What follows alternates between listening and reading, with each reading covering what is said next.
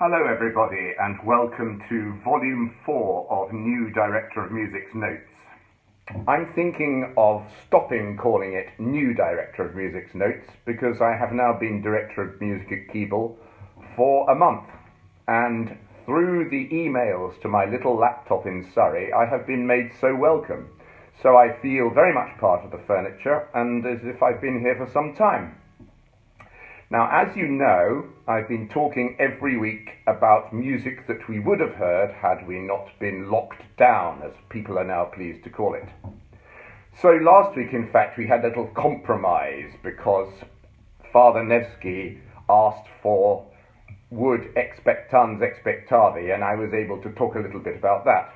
We have a kind of a compromise this week because during Holy Communion you will hear our choir, conducted by my splendid predecessor, in O quam gloriosum by Victoria.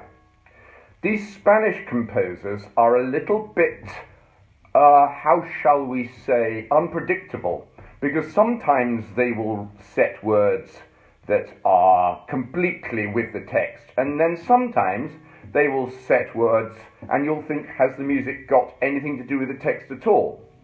Now, God moves in a mysterious way, which is what I had to tell an ordinand once from Westgate House. He was preparing for the priesthood, and he said, do you know, I think that Mozart and Haydn's masses should be banned in church, because the Kyries are too joyful, they can't have had any idea of what it means to be a Christian. Well, different people have different ideas of what it means to be a Christian.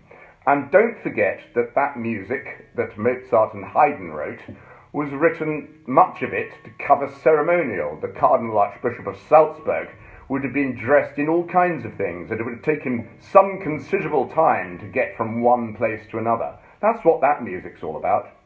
So with Leopolita last week, somebody said to me, well, it doesn't sound like an Eastertide Gloria, but there we are. God moves in a mysterious way, and if you're going to enjoy this kind of liturgical music, either sad words sounding like they're happy, or happy words sounding like they're sad, then you're just going to have to get used to it.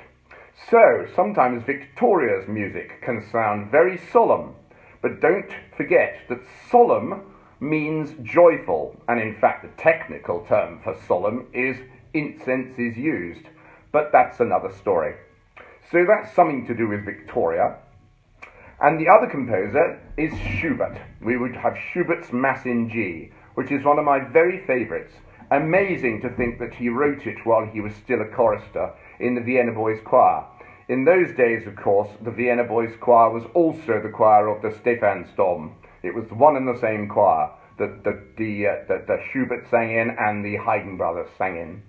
And it's the most melodious piece, and the Gloria gets over the ground so quickly. It's a liturgical dream whereby you're just lifted to heaven for about 2 minutes and 15 seconds, and then it's all over.